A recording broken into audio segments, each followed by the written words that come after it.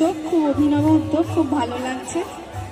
এরকম উদ্যোগ আগে দেখিনি। মানুষের মধ্যে জনসচেতনতাটা একটু বাড়ানো দরকার যে এই উদ্যোগটা কী ব্যাপারে আপনারা করছেন।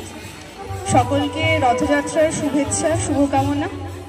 আর এনারা যে উদ্যোগটা করছেন, যতটুকু স্বল্প সময়ে আমি বুঝতে পারলাম যে আপনারা বাড়িতে যে বন্য পাখি, টিয়া, ময়না যেগুলো পুষে থাকেন, সেগুলো না পুষে, সেগুলো তো বন্যের পাখি তো খাঁচায় পুষলে তাদের তো ভালো লাগার কথা নয়। সেগুলো খাঁচায় না পুষে আপনারা যদি গাছ পোষেন, সেটাকে এনারা উদ্যোগ হিসেবে কাজে লাগাচ্ছেন। সকলকে অনুরোধ, রথের দিন এমনিতেই গাছ নিয়ে আমাদের মধ্যে একটা উন্মাদনা থাকে, গাছ লাগানো, চারা লাগানো। কারণ পুরনো দিনের মা জেঠিমাদের বলতে শুনেছি যে রথের দিনে গাছ লাগানো খুব শুভ, সেই গাছ ফল দেয়, ফুল দেয়।